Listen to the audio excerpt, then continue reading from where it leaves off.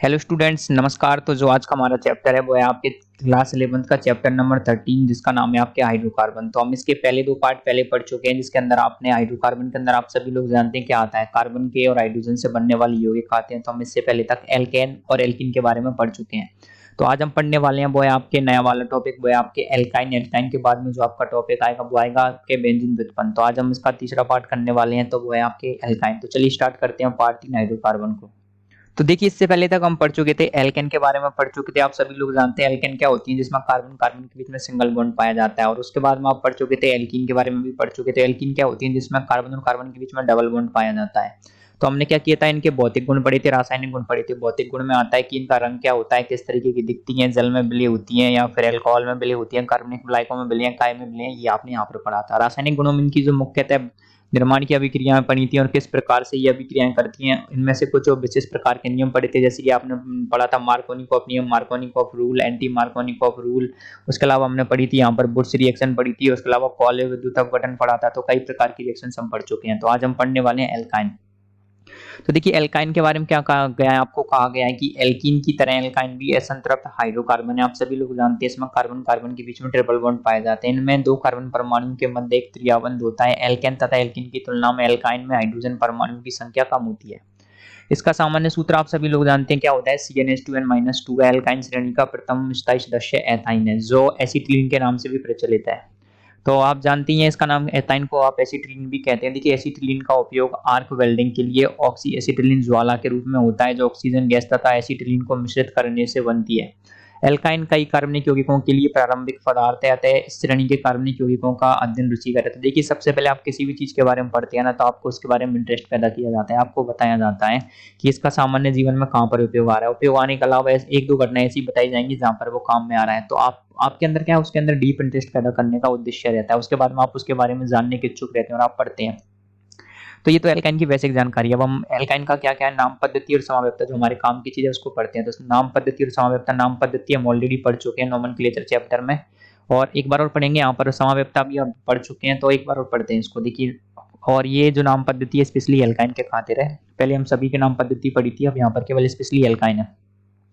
तो आपको बोला है कि सामान्य पद्धति में एल्काइन एसिटिलीन के व्युत्पन्न के नाम से जाने जाते हैं। एसिटिलीन के व्युत्पन्न होते हैं। देखिए, आईयूपीएसी पद्धति में संगत एल्केन में अनुलग्न एन का आयन द्वारा प्रतिस्थापन करके एल्काइन को संगत एल्केन के व्युत्पन्न नाम से जाना जाता है। तो देखिए क्या होता है इसके अंदर, ये होता है, मैं बता दूं आपकी, जो कोई भी चीज है उसके अंदर अगर ट्रिपल बॉन्ड पाए जाते हैं तो उसका नाम लिखा जाता है, इसका नाम लिखा जाएगा एथाइन। अगर सिंगल बॉन्ड होता है तो इसका नाम क्या आता है, इसका नाम आता है, सिंगल बॉन्ड होने पर क्या आता है, एथेन। कार्बन कार्बन अगर दो सिंगल बॉन्ड होते हैं और तीन हाइड्रोजन होते हैं तो इसका नाम क्या होता है, एथेन। अब यहाँ पर क्या है, देखिए एक ट्रिपल बॉन्ड है तो एक एक हाइड्रोजन आएंगे, क्योंकि कार्बन की संयोजकता होती है 4। तो एथाइन आपको ये बताया जा रहा है। सबसे पहले वही नियम होंगे। सबसे पहले आप क्या करेंगे, सबसे लंबी कार्बन श्रृंखला का चयन किया जाता है। जो सबसे लंबी कार्बन श्रृंखला होती है उसको आधार बनाया जाता है। आधार बनाने के बाद में ये देखा जाता है कि इसमें प्रतिस्थापी कहाँ पर लगा हुआ है। प्रतिस्थापियों को फिर उसके हिसाब से संख्या दी जाती है, और संख्या देने के बाद में क्या किया जाता है, आपके फिर उसका नामकरण किया जाता है। तो आप दिए गए उदाहरण को देख सकते हैं। आप इस तरफ से नाम देंगे 1 2 3 4 5, या फिर इस तरफ से नाम देंगे। अगर आप इस तरफ से नाम देंगे तो 1 2 3 4 5, तो दो तरीके से आप नाम दे सकते हैं। अब आप यहाँ पर देखेंगे कि यहाँ पर जो ट्रिपल बॉन्ड है वो आ रहा है नंबर 3 पर, और यहाँ पर ट्रिपल बॉन्ड आ रहा है नंबर 2 पर। तो हम इस तरफ से चलेंगे, ये वाली पद्धति हमारी सही है। तो आप क्या करेंगे, आप देखिए आगे हम ये करेंगे कि यहाँ पर क्या लग रहा है, आप देखेंगे नंबर 2 पर क्या लग रहा है, आपके जो नंबर 3 समूह उस पर लग रहा है आपके मैथिल। तो इसका नाम आ जाएगा आपके, इसका नाम आएगा आपके 3 मैथिल। और 5 कार्बन है, 5 कार्बन को कहा जाता है पेंट। तो 3 मेथिल पेंट। और नंबर 2 पर क्या लग रहा है आपके, आयन। तो 3 मेथिल पेंट 2 आयन, या फिर 2 पेंटाइन भी लिख सकते हैं आप। इसको लिखेंगे 3 मेथिल 2 पेंटाइन, या फिर 3 मेथिल पेंट 2 आयन, किसी प्रकार से इसका नाम लिखा जा सकता है। तो ये हमने एक एग्जांपल यहाँ पर करके देखा। तो अब आगे क्या बोला जा रहा है देखते हैं। तो यहाँ पर आपको कुछ नाम दे रखे हैं। देखिए, नाम कुछ इस प्रकार से दे रखे हैं, आप देख सकते हैं। इसको क्या बोला जाएगा, इसको बोला जाएगा आपके एसिटिलीन सामान्य नाम। सामान्य नाम वो होता है जो सामान्य तौर पर जाने जाते हैं, और आप सभी लोग जानते हैं कि जो आईयूपीएसी जिन नामों को स्वीकार करती है वही पूरी दुनिया में जाने जाते हैं। इसका देखिए नाम क्या जाएगा, एथाइन। यहाँ पर क्या जाएगा, प्रोपाइन। यहाँ पर जाएगा ब्यूट 1 आयन, और यहाँ पर जाएगा ब्यूट 2 आयन। देखिए, ब्यूट 2 आयन, ब्यूट 1 आयन। तो कुछ इस प्रकार से ये नाम वगैरह दे रखे हैं। नाम देने के अलावा आप उसके बाद क्या है, अब हम पढ़ेंगे समाव्यवस्था। देखिए, जैसा आपने पहले पढ़ा है, हमने इस चैप्टर के पहले वाले पार्ट में भी पढ़ा है कि एथाइन तथा प्रोपाइन अणुओं की केवल एक ही संरचना होती है। किंतु ब्यूटाइन में क्या होती है, दो संरचनाएं संभावित है, ब्यूट वन आइन और ब्यूट टू आइन। तो संरचनात्मक संभाव्यता क्या होती है, देखिए आप सभी लोग जानते हैं क्या होती है, हम यहाँ पर देखते हैं। संरचनात्मक संभाव्यता ये होती है कि मान लीजिए मेरे पास है ब्यूटाइन, 1 2 3 4 कार्बन होते हैं, पहले मैं लगा दूंगा ट्रिपल बॉन्ड नंबर 1 पोजीशन पर। तो जब आप इसकी स्थिति देखोगे 1 2 3 4, मैं एक और संरचना बना सकता हूँ ब्यूटाइन की सेम 1 2 3 4, अब ट्रिपल बॉन्ड लगा दूंगा मैं यहाँ पर। अब जब आप नंबरिंग दोगे, देखिए आप नंबरिंग में आ जाओगे 1 2 3 4, तो आप पाओगे यहाँ पर जो ट्रिपल बॉन्ड लग रहा था 1 नंबर के कार्बन पे लग रहा था, यहाँ पर लग रहा है 2 नंबर के पे। आप देखोगे कि ट्रिपल बॉन्ड की स्थिति है क्या बदल गई, स्थिति बदल गई लेकिन सूत्र तो सेम की सेम है। तो इस आधार पर आप कह सकते हैं कि जो हमारी जो यहाँ पर जो संरचना है वो आ जाएगी आपकी स्थिति समावेशिता।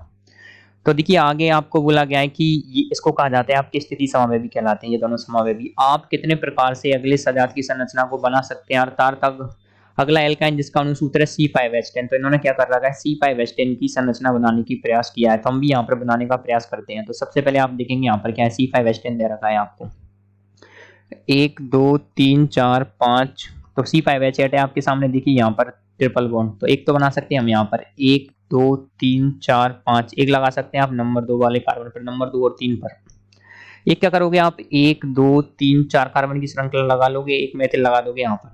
आप क्या कर सकते हो, आप 1 2 3 4 कार्बन की श्रृंखला लगा दोगे, आप क्या करोगे एक मेथिल को लगा दोगे यहाँ पर। तो दो संरचनाएं तो ये बन गई। अब आप सोच रहे होंगे कि 3 कार्बन वाली श्रृंखला बना लेते हैं, 1 2 3, और क्या करते हैं एक मेथिल लगा देते हैं आप यहाँ पर और एक मेथिल यहाँ लगा दोगे, तो ये गलत हो जाएगा, कार्बन की संयोजकता 5 नहीं हो सकती, तो ये गलत हो जाएगा।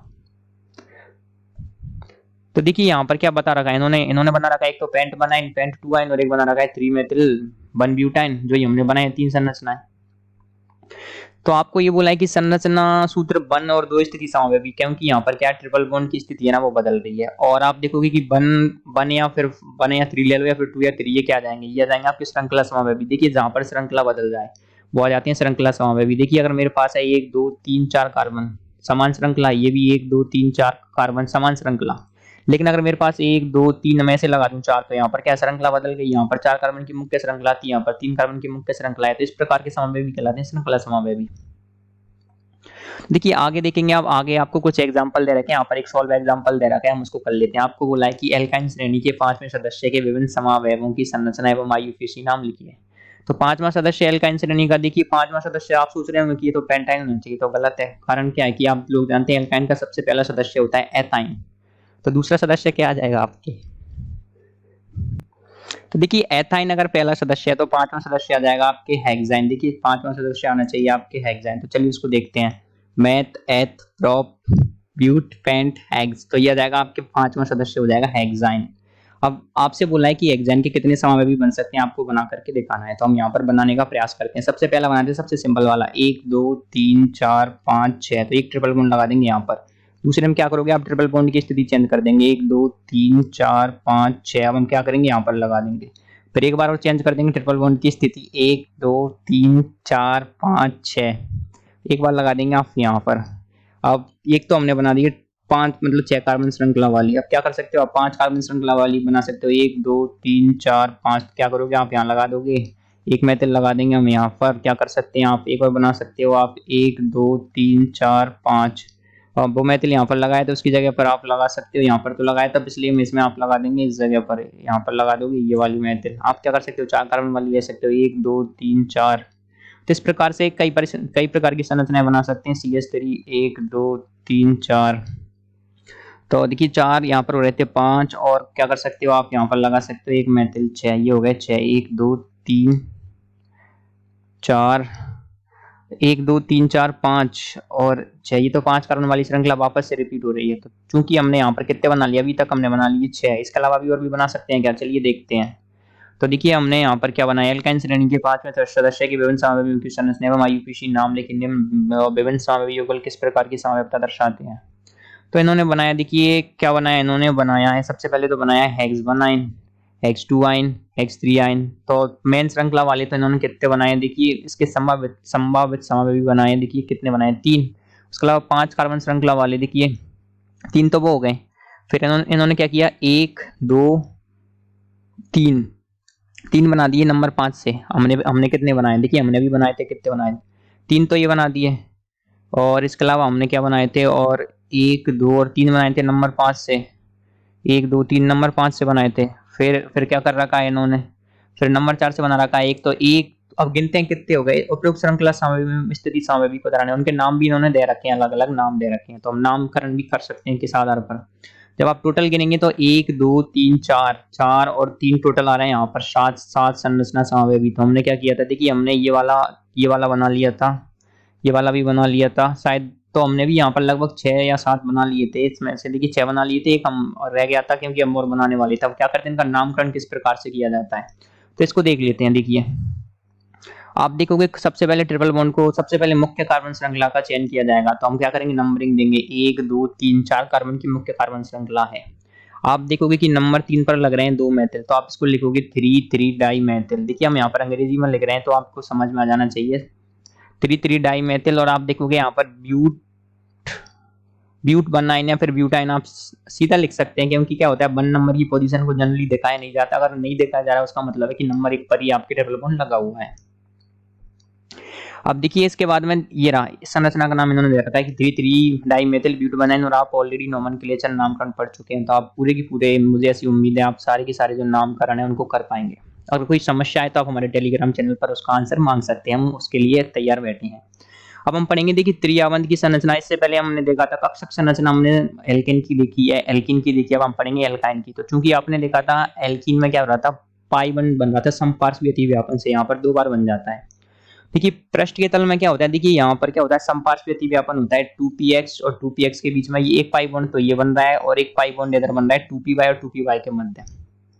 आप सभी लोग जानते हैं कि जो कार्बन और कार्बन के बीच में बनने वाला सबसे पहला बंध होता है सिग्मा। अगर डबल बॉन्ड होगा तो एक सिग्मा हो जाएगा, एक पाई हो जाएगा। ट्रिपल बॉन्ड हो जाएगा तो एक सिग्मा हो जाएंगे और 2 पाई हो जाएंगे, ये होता है। तो सबसे पहला वाला जो बॉन्ड बनेगा सिग्मा, उसके बाद जितने भी बॉन्ड बनते जाएंगे वो बनेंगे आपके पाई बॉन्ड, ये होता है कार्बन के अंदर। तो देखिए यहाँ पर क्या हो रहा है, देखिए यहाँ पर ये हो रहा है कि तो सबसे पहला बॉन्ड बना था आपके सिग्मा, सिग्मा के बाद में बने आपके 2 पाई बंध बने, तो उनके बारे में कक्षक संरचना यहाँ पर दे रखी है। आबंध कोण तथा आबंध लंबाई दर्शाता है इनका कक्षीय आरेख। और इसके बारे में आप ऑलरेडी मॉलिक्यूलर ऑर्बिटल थ्योरी और जो केमिकल बॉन्डिंग वाले चैप्टर में पढ़ चुके हैं। और आप देख सकते हैं यहाँ पर पाई अतिव्यापन कैसे होता है। देखिए समपार्श्विक अतिव्यापन होता है कुछ इस प्रकार से, ये हो रहा है। एक तो जो लाइन के अकॉर्डिंग देखोगे ना आप, जो लाइन खींच रखी है इन लोगों ने ब्लैक कलर की, हम एक बार इसको मिटा देते हैं। देखिए कुछ इस प्रकार से इन्होंने लाइन खींच रखी है, तो इनको आप देख पाएंगे। हाँ देखिए, तो आपको यहाँ पर ये बता रखा है, इसमें ये बता रखा है कि जो आवन कोण होता है वो 180 डिग्री का होता है। प्रत्येक कार्बन परमाणु के पास कार्बन कार्बन आवन तथा तल के लंबवत असंकृत पी कक्षक होते हैं। एक कार्बन परमाणु का 2p कक्षक दूसरे के समांतर होता है, जो समपार्श्विक अतिव्यापन करके 2 कार्बन परमाणु के मध्य 2 पाई बंध बनाते हैं। तय अणु में कार्बन कार्बन सिग्मा बंध और 2 पाई बंध, ये बता दिया हमने, ऑलरेडी आपको बता दिया है। फिर ये बताया गया है कि इनकी जो बंध एंथैल्पी है वो बंध एंथैल्पी कितनी हो जाएगी, 823 किलोजूल प्रति मोल आ जाएगी। और द्विआबंध की बंध एंथैल्पी होती है 681। तो इसके आधार पर कहा गया है कि ये ट्रिपल बॉन्ड ज्यादा मजबूत होता है डबल बॉन्ड से। और सिंगल बॉन्ड की होती है 348 किलोजूल प्रति मोल से अधिक होती है। तो कार्बन ट्रिपल बॉन्ड की त्रिआबंध की जो लंबाई होगी ना, लंबाई कम होगी भाई इसकी, 120 पिकोमीटर। डबल बॉन्ड की होती है 134 पिकोमीटर और सिंगल बॉन्ड की होती है 154 पिकोमीटर। क्योंकि मैं आपको एक बात कहना चाहूंगा, carbon carbon single bond double bond triple bond की लंबाई आप याद कर लीजिए। ये सेम क्वेश्चन आया था आपकी नीट में, आ चुका है एक बार प्रश्न आया था कि एक अणु की जो है ना बंध लंबाई, तो वो बेंजीन से रिलेटेड था। देखिए उसमें ऐसे आया था कि एक अणु की जो बंध लंबाई ना वो 134 से, तो क्या है 134 से ज्यादा है, और क्या है 134 से ज्यादा है, लेकिन क्या है 154 से क्या है, मतलब 154 से कम है। ऐसे आया था कि 134 से लेकर के 154 के बीच में है, तो वो अणु क्या हो सकता है। चूंकि आप सभी लोग जानते हैं जो बेंजीन होती है ना कुछ इस प्रकार की होती है, तो इस प्रकार का एक सवाल आया था आपके बेंजीन से रिलेटेड बंध लंबाई को लेकर के। तो मैं चाहूंगा कि आप जो बंध लंबाई का डाटा हो ना एक्चुअली अपने दिमाग में रख लें, थोड़ा थोड़ा याद कर सकते हैं चाहे तो। अब हम पढ़ेंगे विरचन। तो विरचन किस प्रकार से बनाया जाता है, देखिए यहाँ पर ये बताया गया कि अक्षों पर 2 कार्बन परमाणु के मध्य इलेक्ट्रॉन अंतर नाभिकीय सममिति बेलनाकार स्थिति में होते हैं। एथाइन एक रेखीय अणु है। रेखीय अणु का मतलब होता है इसकी जो ज्यामिति होती है ना वो एक ही समतल में होती है, विभिन्न समतल में नहीं होती है, 3D में फैली हुई नहीं होती है। देखिए विरचन का मतलब होता है निर्माण किस प्रकार से किया जाता है। तो देखिए कैल्शियम कार्बाइड से, तो सबसे पहले आप देखो कि एथाइन को किस प्रकार से बनाया जाता है। देखिए आपको यहाँ पर बोला है कि जल के साथ कैल्शियम कार्बाइड की अभिक्रिया पर औद्योगिक रूप से एथाइन बनाई जाती है। This is the important. औद्योगिक यानी कि इंडस्ट्रियल तौर पर कैसे बनाई जाती है, वो होती है आपके कैसे, जल की रिएक्शन करा दोगे आप कैल्शियम कार्बाइड से तो आपको एथाइन प्राप्त हो जाएगी। आपको यहाँ पर बोला है कि कॉक तथा बिना बुझे चूने को गर्म करके कैल्शियम कार्बाइड बनाया जाता है और चूना पत्थर से निम्नलिखित अभिक्रिया द्वारा बिना बुझा चूना प्राप्त होता है। तो क्या होता है देखिए, यहाँ पर होता ये है कि आपके पास है कैल्शियम कार्बोनेट, आप क्या करोगे उसको गर्म करोगे तो आपको मिलेगा calcium oxide plus carbon dioxide. फिर क्या करोगे आप कैल्शियम ऑक्साइड की रिएक्शन कराओगे कार्बन के साथ में, तो इससे मिलता है आपको calcium carbide. Carbon monoxide gas अलग हो जाती है, फिर क्या किया जाता है कैल्शियम कार्बाइड की रिएक्शन कराई जाती है जल के साथ में। देखिए CaCO2, आप सभी लोग जानते हैं CaC2, जल जल क्या होता है HOH। तो यहाँ से दो OH को आप अलग निकाल दोगे और ये बना लेंगे कैल्शियम के साथ में कैल्शियम हाइड्रोक्साइड, और इधर बन जाता है आपके C2H2 ये बन जाता है एथाइन। आप देख सकते हो सेम टू सेम अभिक्रिया संतुलित है, कैल्शियम हाइड्रोक्साइड प्लस C2H2। तो यही यहाँ पर आपको बताया जा रहा है। देखिए अल्कोहल एक क्या होता है, देखिए KOH, यहाँ पर आपको सबसे पहले ये बताया जा रहा है कि किस प्रकार से बनाई जाती है। तो ये रिएक्शन क्या है, अल्कोहलिक KOH की रिएक्शन कराई जा रही है किसी अल्किल हैलाइड के साथ में, तो आपको क्या प्राप्त होता है, यहाँ पर प्राप्त हो जाता है एथाइन डबल बॉन्ड के बाद फिर सेम रिएक्शन कराई जाती है NaNH2 NBr एनाइन के साथ में, तो आपको यहाँ पर क्या एथाइन प्राप्त हो जाती है। ये दरअसल जो अभिक्रिया दे रखी है ना वो नीचे वाली रिएक्शन के लिए, इसके लिए नहीं है, इसके लिए तो ये वाली रिएक्शन है नीचे वाली, तो आप इसको ध्यान देंगे। सेकंड है कि सानिध्य डाई हैलाइडों से, तो देखिए यहाँ पर ये this is the important line, आपको बोला है सानिध्य डाई हैलाइडों से किस प्रकार से प्राप्त किया जाता है। देखिए सानिध्य डाई हैलाइडों की अभिक्रिया अल्कोहली पोटेशियम हाइड्रोक्साइड से कराने पर इनका हाइड्रो हैलोजनीकरण होता है और हाइड्रोजन हैलाइड के एक अणु विलोपित करने से एल्केनाइल हैलाइड प्राप्त होता है जो सोडामाइड के साथ उपचार करने पर एल्काइन देता है। क्या होता है देखिए यहाँ पर ये बताया जा रहा है आपको, क्या बताया जा रहा है आपको, आप देखेंगे ये बताया जा रहा है कि ये रहा, ये आपके क्या है, आपके एल्किल हैलाइड है, एल्किल हैलाइड की रिएक्शन कराओगे आप अल्कोहलिक KOH के साथ में। तो हमने पहले भी कहा था कि अल्कोहलिक KOH का एक गुण होता है ये हाइड्रोजन को और जो क्या होता है आपके हाइड्रोजन और हैलोजन को खा जाता है, मतलब उनको अपने अंदर ले लेता है।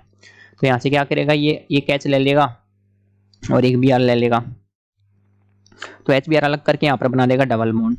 फिर देखोगे आप एक Br फिर से बच रहा है, एक हाइड्रोजन फिर से बच रहा है, फिर क्या करेगा अगले स्टेप में एक हाइड्रोजन एक और Br फिर ले लेगा, तो यहाँ पर क्या कर देगा माइनस KBr को अलग कर देगा, KBr को अलग करने के बाद में माइनस H2 अलग कर देगा, ये बना देगा आपके एथीन। अब इसकी रिएक्शन कराई जाती है NaNH2, आप सभी लोग जानते हैं NaNH2 क्या करता है, अम्लीय होता है, इसके साथ में रिएक्शन कर देगा, मतलब क्षार होता है, तो ये क्या कर देगा अम्ल के साथ में अभिक्रिया कर लेगा, फिर उसमें से क्या किया जाता है NaBr अलग हो जाता है, अमोनिया अलग हो जाता है, आपको एथाइन प्राप्त हो जाती है। तो ये पूरी की पूरी प्रोसेस है। हाँ देखिए इसके बाद अब हम पढ़ने वाले हैं कि हमने पता लगा लिया किस प्रकार से इसको बनाया जाता है, तो इसके बनाने की दो विधि। अब हम पढ़ेंगे भौतिक गुणधर्म भौतिक गुणधर्म में आप सभी लोग जानते हैं क्या क्या आता है, रंग रूप वगैरह आता है, घुलनशीलता वरीयता वगैरह आती है। तो गुणधर्म में बोला है भौतिक गुणधर्म, देखिए एल्काइनों के भौतिक गुण एल्कीनों तथा एल्केनों के समान होते हैं, क्योंकि ये भी क्या है हाइड्रोकार्बन है। तो आपको बोला है कि प्रथम 3 सदस्य गैस, अगले 8 सदस्य द्रव तथा शेष उच्चतर सदस्य ठोस होते हैं। आगे आपको बोला है कि समस्त एल्काइन रंगहीन होते हैं तथा इनकी अभिलाक्षणिक गंध होती है, इनके अन्य सदस्य गंधहीन होते हैं। देखिए एल्काइन दुर्बल ध्रुवीय जल से हल्के तथा जल में अमिश्रणीय होते हैं, परंतु कार्बनिक विलायकों जैसे कि ईथर, कार्बन टेट्राक्लोराइड और बेंजीन में विलय होते हैं। इनके गलनांक, क्वथनांक तथा घनत्व अनुभार के साथ बढ़ते हैं। तो देखिए आप सभी लोग जानते हैं, हाँ केमिस्ट्री में एक रूल होता है कि लाइक डिजोल्व्स लाइक, यानी कि समान समान को बोलता है। तो ये क्या होते हैं कार्बनिक होते हैं, इसलिए कार्बनिक विलायकों में विलय होंगे, जल जैसे ध्रुवीय विलायकों में विलय नहीं होंगे। अब हम पढ़ेंगे इनके रासायनिक गुणधर्म। रासायनिक गुणधर्म में क्या आता है, देखिए किस प्रकार से ये रासायनिक अभिक्रियाएं करते हैं वो आपके रासायनिक गुणधर्म में आता है। देखिए यहाँ पर एक लाइन बहुत ही महत्वपूर्ण है, वो ये कि एल्काइन सामान्यतः अम्लीय प्रकृति, योगात्मक तथा बहुलीकरण अभिक्रियाएं प्रदर्शित करती हैं। वे इस प्रकार हैं, आप सभी लोग जानते हैं कि एल्केन, एल्किन और एल्काइन में से क्या होता है, जो आपके एल्काइन होते हैं ना वो अम्लीय होते हैं, एल्केन और एल्किन तो नहीं होते, इस बात को आप ध्यान रखेंगे। देखिए एल्काइन का अम्लीय गुण, तो आपकी सबसे पहली रिएक्शन वही आ गई, आपको बोला है कि सोडियम धातु या सोडामाइड का सूत्र होता है NaNH2, प्रबल क्षारक होते हैं।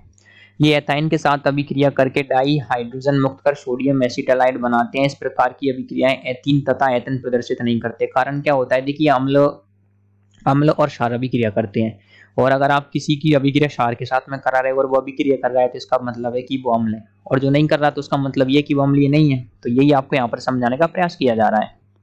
हाँ आगे आपको बोला है कि ये परीक्षण एथीन तथा एथेन की तुलना में एथाइन की अम्लीय प्रकृति को इंगित करता है। तो हम यही बात कह रहे थे आपसे, ऐसा क्यों है, क्या इसकी संरचना तथा संकरण के कारण होता है। आप ये अध्ययन कर चुके हैं कि एथाइन में हाइड्रोजन परमाणु sp संकरित कार्बन परमाणु से, एथीन में sp2 संकरित कार्बन परमाणु से तथा एथेन में sp3 संकरित कार्बन परमाणु से जुड़ा होता है। एथाइन के sp संकरित कक्षक में अधिकतम s गुण 50% के कारण उसमें उच्च विद्युत ऋणात्मकता होती है।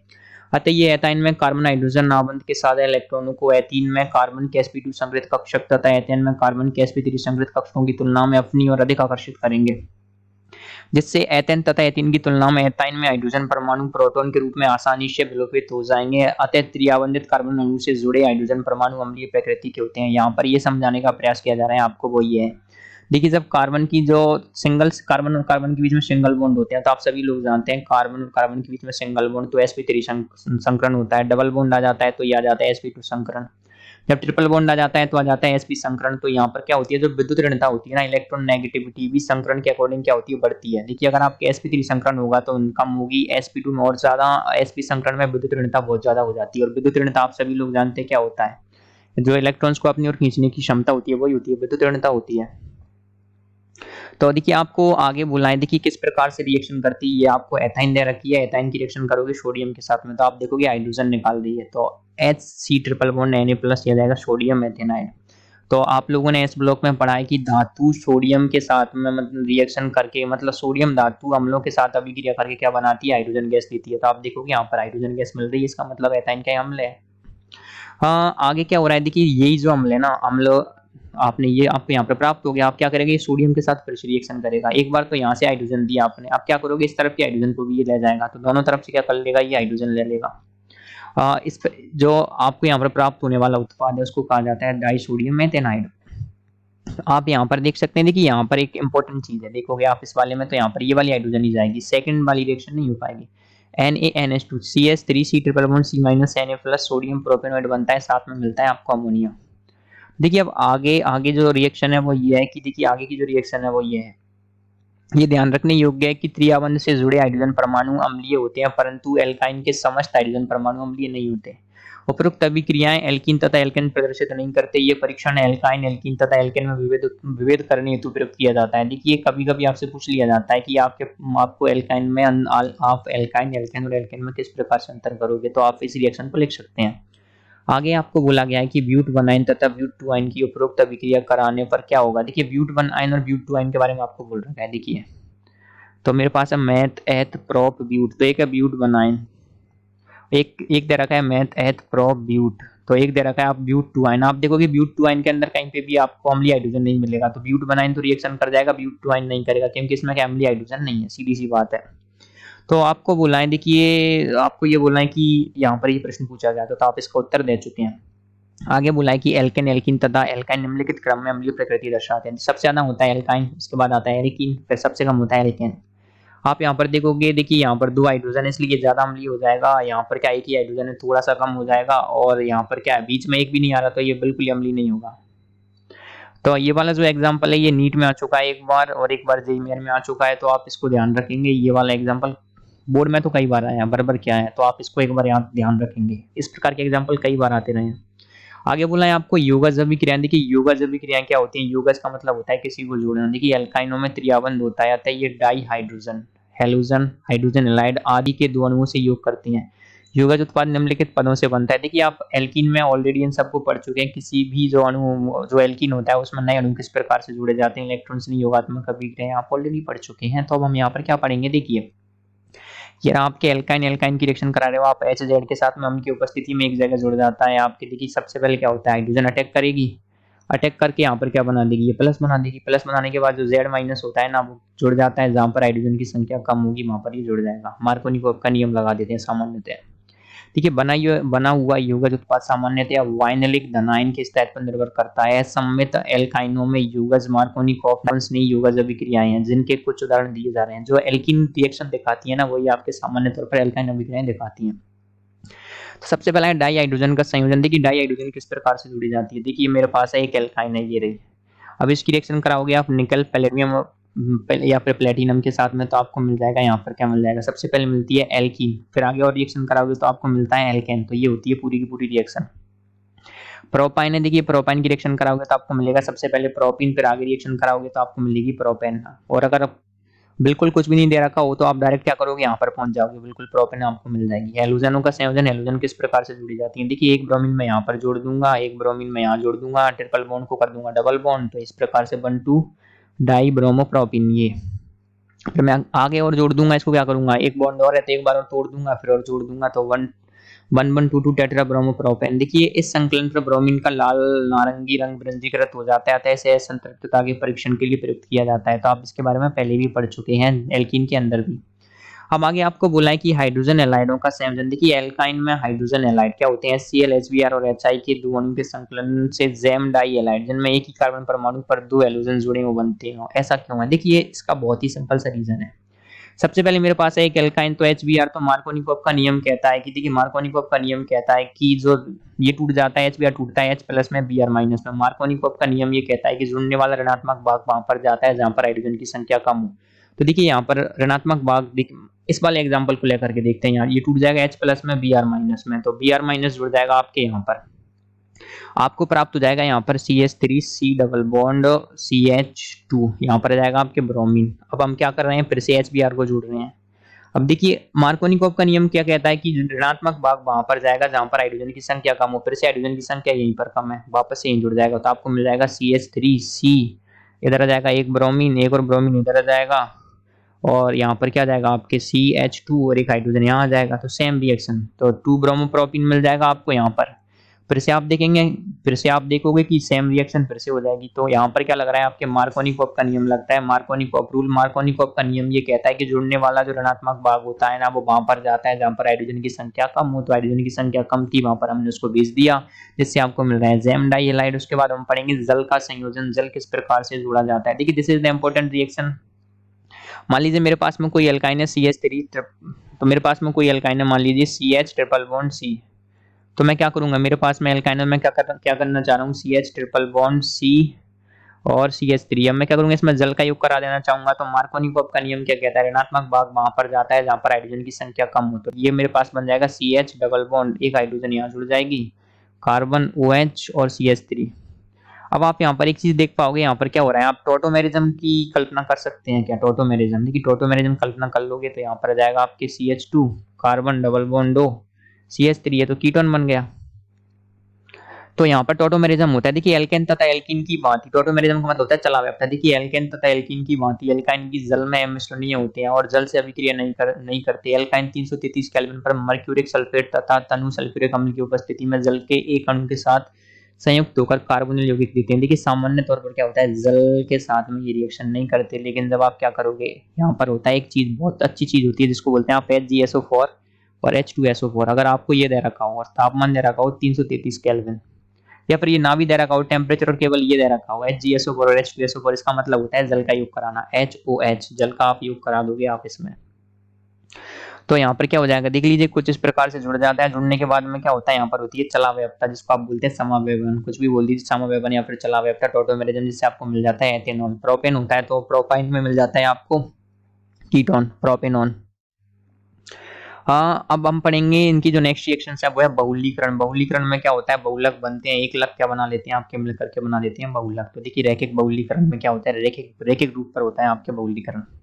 अनुकूल परिस्थितियों में एथाइन का रैखिक बहुलीकरण होने से पॉलीएसिटिलीन अथवा पॉलीएथाइन बनता है, जो उच्चतर अणुभार वाले पॉलीथीन पॉलीएथाइन इकाइयों जैसे कि CH से युक्त होता है। इसे आप इस प्रकार से लिख सकते हो। देखिए कुछ इस प्रकार से, मान लीजिए मेरे पास में क्या ट्रिपल बॉन्ड दे रखा है, यहाँ पर है सिंगल बॉन्ड, यहाँ पर जाएगा वापस से, देखिए वापस से जाएगा आपके कुछ इस प्रकार से ट्रिपल बॉन्ड लगा दीजिए, मान लीजिए डबल बॉन्ड।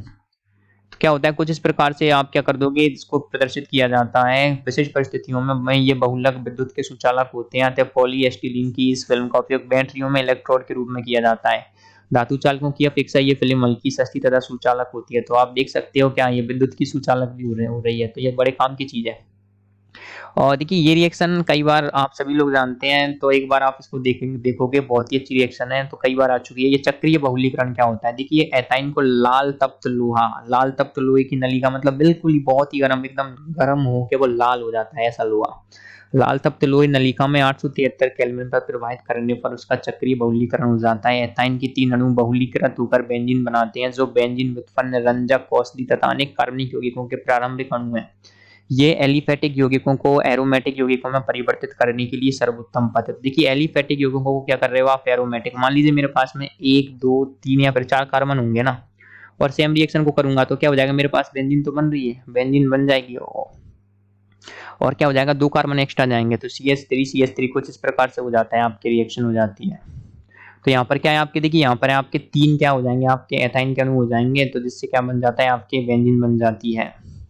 और कुछ इसी प्रकार से क्या होता है, देखिए बेंजीन की रिएक्शन आ गई आपके संभव में। आप एथेनॉइक अम्ल को बेंजीन में कैसे परिवर्तित करोगे, आपको ये दे रखा है। मान लीजिए मेरे पास है एथेनॉइक अम्ल CH3COOH, इन्होंने क्या किया, इसकी रिएक्शन करा दी सोडा लाइम के साथ में, तो इससे क्या मिल गया, मुझे मिल गया मेथेन। फिर मेथेन की रिएक्शन देखिए, आप इसको यहाँ पर देख लेते हैं किस प्रकार से परिवर्तित करेंगे। मेरे पास है एथेनॉइक अम्ल CH3COOH, तो मैंने क्या किया, इसकी रिएक्शन करा दी सोडा लाइम के साथ NaOH और CaO। तो इससे क्या होता है, क्या कर देता है, Na2CO3 के तौर पर कार्बन डाइऑक्साइड को बाहर निकाल देता है और आपको यहाँ पर बना करके दे देगा मेथेन। मेथेन के बाद में उन्होंने क्या किया, इसकी रिएक्शन करा दी, उन्होंने क्या करा दी, इसकी रिएक्शन करा दी CH3Cl बना दी, इसको क्लोरीन के साथ में। देखिए यहाँ पर आपको दे रखा है क्लोरीन और HNO के साथ में, जिससे आपको मिल गया CH3Cl मिलने के बाद में उन्होंने क्या कराया, देखिए उसके बाद में क्या करा दिया, यहाँ पर क्लोरीन के साथ में करा दी सूर्य के प्रकाश की उपस्थिति में, जिससे मुझको मिल गया CH3Cl। फिर क्या करें, उन्होंने बुट अभिक्रिया करा दी। बुट अभिक्रिया होती है सोडियम और शुष्क ईथर की उपस्थिति में, जिससे मुझको मिल जाएगा यहाँ पर CH3 का होल थ्राइस। अब मुझे क्या करना है, मुझे यहाँ पर मिल गया एथेन। अब मुझे इसको क्या करना है, एथाइन में बदलना है। एथाइन में बदलने के लिए क्या किया जाएगा, देखिए एथाइन में बदलने के लिए कुछ नहीं किया जाएगा, जो हाइड्रोजन है ना एक्सटर्न को सोख लेना है। तो उसके लिए क्या करेंगे आप देखिए, उसके लिए हम क्या करेंगे, देखिए बुट्स अभी क्या करा दिया आपने, क्या कर दोगे आप, इसकी रिएक्शन फिर करा दोगे आप क्लोरीन के साथ में, जिससे मिल जाएगा आपको C2H5Cl। फिर उसकी रिएक्शन करा दोगे आप एल्कोहलिक QH और NaNH2 के साथ में। देखिए इसकी रिएक्शन करा दी मैंने, जो मुझे एथाइन प्राप्त हुआ ना। चलिए इसको नीचे देखते हैं। जो एथाइन हमको प्राप्त हुआ था, देखिए हमको यहाँ पर प्राप्त हो रहा था, एथेन प्राप्त हो रहा था C2H6। इसकी अभिक्रिया करा दी आपने क्लोरीन के साथ में HNO, यहाँ पे मुझे मिल जाएगा C2H5Cl। C2H5Cl, तो ये नहीं करना मुझे क्या करना है, C2H6 मिल रहा, तो मैं क्या कर दूंगा, इसकी रिएक्शन करा दूंगा, इसकी रिएक्शन करा दूंगा फिर मैं एल्कोहलिक OH के साथ में। तो मुझे यहाँ पर प्राप्त हो जाएगा CH, carbon double bond carbon, hydrogen और हाइड्रोजन। अब मुझे यहाँ पर मिल गई एथीन। अब मुझे देखिए यहाँ पर क्या मिल गया, एथीन मिल गई। अब मैं वापस से क्या करूंगा, एक मोल फिर से इसमें क्या कर दूंगा, मैं फिर ऊष्मा लगा दूंगा। ऊष्मा लगाकर एक क्या कर दूंगा, मैं ब्रोमीन से जोड़ दूंगा। ब्रोमीन क्या कर देगी, यहाँ पर 2 डबल बॉन्ड को मतलब तोड़ करके क्या कर देगी, 2 ब्रोमीन लगा देगी। अब इन दोनों ब्रोमीन को क्या कर दूंगा, मैं एल्कोहलिक KOH से हटा दूंगा, तो यहाँ पर मिल जाएगा CH2CHBr। फिर एक बार और लगा दूंगा मैं NH2, तो मुझे मिल जाएगा यहाँ पर CH ट्रिपल बॉन्ड CH। अब हम क्या करेंगे, इसकी रिएक्शन करा देंगे आप लाल तप्त लोहे नलिका से 873 केल्विन पर, तो आपको क्या मिल जाएगा, आपको मिल जाएगी बेंजीन। तो पूरी रिएक्शन को एक बार देखेंगे। सबसे पहले हमने क्या किया, सोडा लाइम लगाया। सोडा लाइम लगाने से आपको यहाँ पर मेथेन प्राप्त हो गया। फिर मेथेन से हमने क्या कर दिया, इसको बदल दिया CH3Cl में। CH3Cl से हमने इसको बदल दिया एथेन में, C2H6 में। फिर हमने क्या किया, एथेन को बदल दिया C2H5Cl में। फिर हमने क्या कर दिया, C2H5Cl को बदल दिया एथीन में, CH2 डबल बॉन्ड CH2। फिर हमने एथीन को बदल दिया डबल ब्रोमाइड में, CH2 यहाँ पर लगा देंगे आप, एक ब्रोमीन यहाँ पर आ जाएगी, एक ब्रोमीन यहाँ पर आ जाएगी। फिर हमने क्या कर दिया, इसको वापस ट्रिपल बॉन्ड में बदल दिया। तो इस प्रकार से टोटल लंबी रिएक्शन थी आपके सामने, आप समझ सकते हैं। अब हम पढ़ेंगे, देखिए तो यहाँ पर आपके जो एल्काइन है वो कंप्लीट हो चुकी है। जो तो आप यहाँ पर हमको कमेंट करके बताएंगे कि आपको ये वाला जो पार्ट है किस प्रकार का लगा। आप हमें बताइए कि आपको ये वीडियो किस प्रकार की लगी और आपको एल्काइन पढ़ने के बाद में कैसा लग रहा है। अगर आप और भी इसी प्रकार की वीडियो चाहते हैं तो हमारे चैनल के साथ जुड़े रहिए। हम फ्यूचर में इसी प्रकार की विद इन NCERT की सहायता से आपको सारे के सारे चैप्टर कंप्लीट कराने वाले हैं, जो चैप्टर्स हमारे नहीं हुए हैं। और अगर आप कोई और सिफारिश भी करते हैं, बहुत सारे लोग हमसे कह रहे हैं कि जो प्रीवियस ईयर के क्वेश्चन है, हाँ सर वो कराइए, जेई मेन के और नीट के क्वेश्चन, नीट वाले डिमांड कर रहे हैं, जेई मेन वाले भी डिमांड कर रहे हैं। तो जैसे ही हमें टाइम मिलता है, जैसे ही हमको बहुत सारा टाइम मिलेगा, हम जरूर से अब आपके नीट के क्वेश्चंस और जेई मेन के क्वेश्चंस, अगर कुछ लोग डिमांड करेंगे तो हम जेई एडवांस के क्वेश्चंस भी यहाँ पर सॉल्व कराने का प्रयास करेंगे केमिस्ट्री से रिलेटेड। कुछ लोगों ने कहा कि सर कुछ फिजिकल केमिस्ट्री के जो चैप्टर्स हैं आप उनको भी कंप्लीट कराइए। देखिए तो हम जल्दी से जल्दी कंप्लीट करा रहे हैं। क्या है, अभी हमारे पास थोड़ी सी समय की क्या है कमी है, तो हम उसी के अकॉर्डिंग चल रहे हैं। लेकिन हम चाहते हैं कि आपका जो सिलेबस है, जो इस साल का जो आपका 11th और जो 12th है, वो क्या है हम पूरा की पूरा कंप्लीट करा देंगे। आपका जो नीट का एग्जाम है उससे पहले पूरा की पूरा कंप्लीट करा देंगे, साथ में इसका रिवीजन भी करा देंगे। रिवीजन के अलावा कुछ क्या है आपके, कुछ हम आपको प्रीवियस ईयर के क्वेश्चंस भी करा देंगे। देखिए प्रीवियस ईयर के क्वेश्चंस, लास्ट 30 ईयर के क्वेश्चंस आपको करा देंगे चैप्टर वाइज। और कुछ लोग कह रहे थे कि आप सर NCERT के जो पीछे के क्वेश्चंस हैं और जो अंदर के क्वेश्चंस हैं, इंटेक्स क्वेश्चंस, और जो वो आप उनको कंप्लीट कराइए, तो हम उनको भी कंप्लीट कराएंगे। तो सबसे पहले हम क्या करेंगे, कोर्स को कंप्लीट कराएंगे 11th और 12th के सारे चैप्टर्स। उसके बाद में हम क्या करेंगे, उनका रिवीजन कराएंगे। रिवीजन कराने के बाद में हम प्रीवियस ईयर के क्वेश्चंस कराएंगे। क्वेश्चंस कराने के बाद में अगर आप डिमांड करते हैं जैसे कोई चैप्टर आपको टफ लग रहा है तो हम एनसीईआरटी से रिलेटेड जो महत्वपूर्ण क्वेश्चन है उसको करा देंगे। तो हाँ, तो इसी प्रकार की वीडियोज पाने के लिए हमारे साथ जुड़े रहिए। Thank you guys, thanks for watching this video. हमारे चैनल को सब्सक्राइब करें, अगर आप सब्सक्राइब करेंगे तो हम ग्रो हो पाएंगे, ज़्यादा से ज़्यादा लोग हमसे जुड़ पाएंगे। तो हमें उससे क्या है, हमको एक कॉन्फिडेंस आता है कि हम और ज़्यादा से ज़्यादा वीडियो बनाएं, हमको मोटिवेशन मिलता है। तो मैं आप लोगों से उम्मीद करूंगा कि आप इस चैनल को अपने फ्रेंड्स के साथ शेयर करेंगे, उनको भी बताएंगे कि यहाँ पर एक सर हैं जो हमारी हेल्प करने के लिए यहाँ पर बैठे हुए हैं। अगर आप, हाँ, आप लोग कमेंट करिए, मुझे बहुत अच्छा लगता है जब आप अच्छे अच्छे कमेंट आते हैं, तो हमको बहुत अच्छा लगता है कि हम किसी ना किसी स्टूडेंट की हेल्प कर पा रहे हैं। Thank you guys, thanks for watching this video.